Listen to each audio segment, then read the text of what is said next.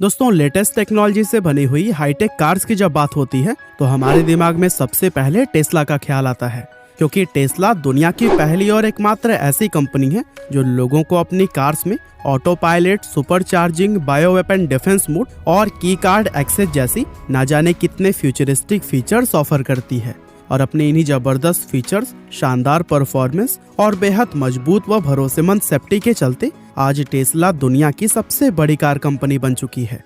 अब हमारा भारत जो कि दुनिया की 5वीं सबसे बड़ी ऑटोमोबाइल मार्केट है, तो जाहिर सी बात है कि टेस्ला जैसी बड़ी कंपनी भी इंडियन मार्केट में एंटर जरूर करना चाहेगी। लेकिन सवाल यह है कि अगर टेस्ला इंडिया में एंटर करती है तो क्या वो यहाँ पर सक्सेसफुल हो पाएगी? सभी पहलुओं को अगर ध्यान से देखा जाए तो फिलहाल टेस्ला का इंडिया में सफल हो पाना लगभग नामुमकिन सा नजर आता है। और ऐसा क्यों, यही हम आज की इस वीडियो में आपको बताने वाले हैं। Reason number 1, high price. दोस्तों, भारत में टेस्ला के लिए पहली और सबसे बड़ी दिक्कत है उसकी कार का प्राइस, जो कि इंडियन मार्केट के हिसाब से काफी ज्यादा हाई है। और इस महंगी कीमत की वजह से ही टेस्ला इंडियन मार्केट में बुरी तरह से फेल हो सकती है। दरअसल भारत एक ऐसी मार्केट है जहां कार खरीदने वाले लोग तो बहुत हैं, लेकिन उनमें से ज्यादातर लोग ऐसे हैं जो कि कार्स खरीदने पर सिर्फ 7 से 8 लाख रुपए ही खर्च करना प्रेफर करते हैं। और यही वजह है कि भारत में बिकने वाली कारों की औसत कीमत भी लगभग 7,70,000 रुपए ही है। और ऐसा होने का सबसे अहम रीजन है हमारे देश की प्रति व्यक्ति आय, जो कि अमेरिका और चीन जैसे देशों से काफी कम है। वहीं दूसरी तरफ टेस्ला की अगर बात करें तो ये एक ऐसी कंपनी है जो सिर्फ प्रीमियम सेगमेंट की लग्जरी कार्स ही बनाती है। यहाँ तक कि इस समय टेस्ला की सबसे सस्ती कार मॉडल 3 को भी अगर देखा जाए तो उसका प्राइस भी अमेरिका में $44,990 यानी कि लगभग 33,50,000 रुपए निकल कर सामने आता है। और सिर्फ एक कार के लिए इतनी बड़ी कीमत चुकाना ये एक आम इंडियन मिडिल क्लास व्यक्ति के लिए ऑलमोस्ट इम्पॉसिबल है। हालांकि अब ऐसा भी नहीं है कि भारत में इस कीमत की कार्स बिल्कुल भी नहीं बिकती हैं, बल्कि हमारे देश में इससे कहीं ज्यादा महंगी और लग्जरी कार्स भी काफी खरीदी जाती हैं। लेकिन इन महंगी कार्स को खरीदने वाले लोगों की गिनती आम मिडिल क्लास लोगों की तुलना में बहुत ज्यादा कम है।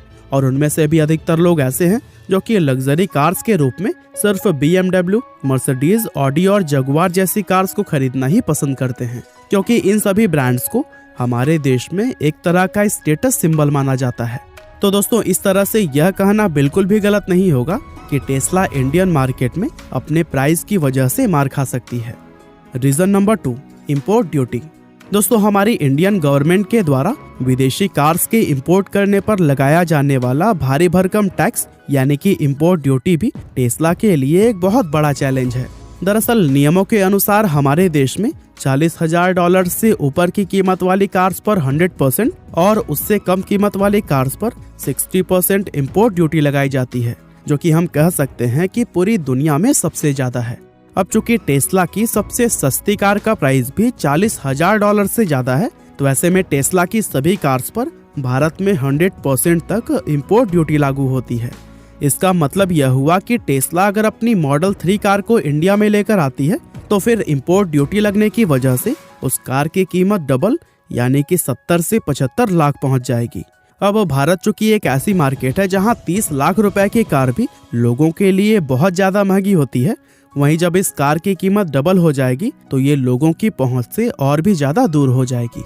साथ ही जो लोग टेस्ला की कार्स को इस प्राइस पर अफोर्ड भी कर सकते हैं, उनके मन में भी कहीं ना कहीं ये ख्याल जरूर आएगा कि सिर्फ टैक्स की वजह से वे 35 लाख की कार को 70 लाख में खरीद रहे हैं। और ऐसा सोचकर बहुत से लोग जो टेस्ला कार को खरीदना भी चाहते हैं वो भी अपना इरादा त्याग देंगे। हालांकि टेस्ला अगर चाहे तो वो भारत में अपना मैन्युफैक्चरिंग प्लांट लगाकर और अपनी कार्स को यहीं पर असेंबल करके इस इंपोर्ट ड्यूटी से बच सकती है। और ऐसा करने पर कार्स का प्राइस भी काफी हद तक घटाया जा सकता है। लेकिन ये सब सेटअप करने में बहुत ज्यादा पैसा खर्च होगा और इंडिया में चूंकि इलेक्ट्रिक व्हीकल्स का मार्केट शेयर 1% से भी कम है, इसीलिए हाई रिस्क के चलते टेस्ला अभी भारत में इतनी बड़ी इन्वेस्टमेंट करने के लिए तैयार नहीं है। यहाँ तक कि इलॉन मस्क भी इस बात को साफ कर चुके हैं कि भारत में टेस्ला कार्स का लोकल प्रोडक्शन शुरू करने से पहले वे अपनी कार इंपोर्ट करके ही बेचना चाहते हैं, ताकि फेल होने की स्थिति में कंपनी को बहुत ज्यादा नुकसान न उठाना पड़े। लेकिन दोस्तों, इंपोर्ट ड्यूटी की वजह से कार्स की कीमत का डबल होना भी भारत में टेस्ला के फेल होने का मुख्य कारण बन सकता है। Reason number 3, government wants to promote local brands.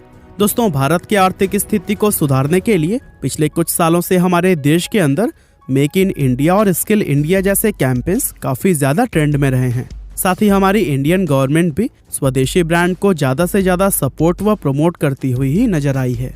इसलिए हो सकता है कि गवर्नमेंट ने कार्स पर इंपोर्ट ड्यूटी को जानबूझकर इतना ज्यादा बढ़ाया हुआ हो ताकि हमारे देश की टाटा और महिंद्रा जैसी कंपनियों को इसका फायदा मिल सके। और यही वजह है कि टेस्ला के रिक्वेस्ट करने पर भी इंडियन गवर्नमेंट ने अपनी इंपोर्ट ड्यूटी में कोई भी बदलाव नहीं किया। और ये चीज टेस्ला के इंडियन मार्केट में फेल होने का एक बहुत बड़ा रीजन बन सकती है। वैसे देखा जाए तो स्वदेशी ब्रांड्स को सपोर्ट करना हमारे देश के इकोनॉमी के लिए बहुत ही अच्छा है।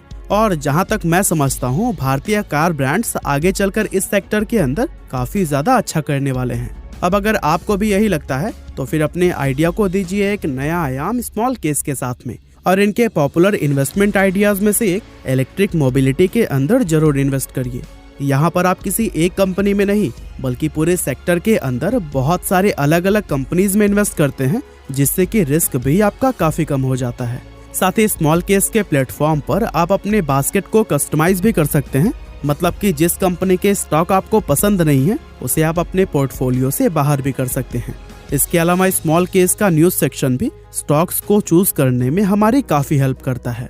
तो फिर अपने आइडियाज को काम पर लगाइए और डिस्क्रिप्शन में दिए गए लिंक से स्मॉल केस पर अभी जाइए। Reason number 4, charging infrastructure. दोस्तों, जैसा कि हमने आपको बताया कि इंडियन ऑटोमोबाइल मार्केट में इलेक्ट्रिक व्हीकल का मार्केट शेयर अभी भी 1% से कम है, क्योंकि सही मायनों में भारत के अंदर अभी भी ईवी रिवॉल्यूशन की ठीक से शुरुआत तक नहीं हुई है। और यही वजह है कि हमारे देश में ईवीज के लिए चार्जिंग इंफ्रास्ट्रक्चर भी लगभग ना के बराबर देखने को मिलता है। दरअसल एनडीटीवी की एक रिपोर्ट के अनुसार साल 2021 के अंत तक हमारे देश में सिर्फ 427 चार्जिंग स्टेशंस मौजूद थे, और उनमें से भी आधे से ज्यादा सिर्फ दिल्ली और चंडीगढ़ जैसे बड़े शहरों में बने हुए हैं। और दोस्तों, ये सबसे बड़ी वजह है कि भारत में लोग चाह कर भी इलेक्ट्रिक व्हीकल्स नहीं खरीद पाते हैं। इसीलिए जब तक यह प्रॉब्लम सॉल्व नहीं हो जाती तब तक टेस्ला या दूसरे किसी भी इलेक्ट्रिक व्हीकल कंपनी का भारत में सफल हो पाना पॉसिबल नहीं है। Reason number 5, Indian roads. दोस्तों, टेस्ला कार्स अमेरिका जैसे देशों को ध्यान में रखकर बनाई गई है, जहां बिना गड्ढे वाले चौड़े और सपाट रोड्स होते हैं। जबकि हमारे इंडियन रोड्स की अगर बात करें तो ये टेस्ला कार्स के लिए बिल्कुल भी सुटेबल नहीं नजर आते हैं। दरअसल हमारे देश में पतले और ट्रैफिक से भरे हुए रोड्स होते हैं, जिनमें कहीं पर भी कुछ भी हो सकता है। साथ ही हमारे देश के लोग भी सड़क नियमों का कोई खास पालन नहीं करते हैं। ऐसे में टेस्ला अपने ऑटो पायलट जैसे जिन मेन फीचर्स के लिए मुख्य रूप से जानी जाती है, भारतीय सड़कों पर लोग उसका इस्तेमाल कर ही नहीं पाएंगे। और जब ये स्पेशल फीचर्स ही किसी काम के नहीं होंगे तो भला कोई भी व्यक्ति टेस्ला कार्स को आखिर क्यों खरीदेगा। और दोस्तों, ऐसे में भारत के अंदर टेस्ला या फिर कोई भी दूसरी हाईटेक कार बनाने वाली कंपनी सिर्फ तभी कामयाब हो सकती है जब हमारे रोड्स और नियम बेहतर होंगे। बाकी दोस्तों, हमारी आज के इस वीडियो में बस इतना ही था। यह वीडियो आपको कैसी लगी हमें कमेंट करके जरूर बताइएगा। आपका बहुमूल्य समय देने के लिए बहुत बहुत धन्यवाद।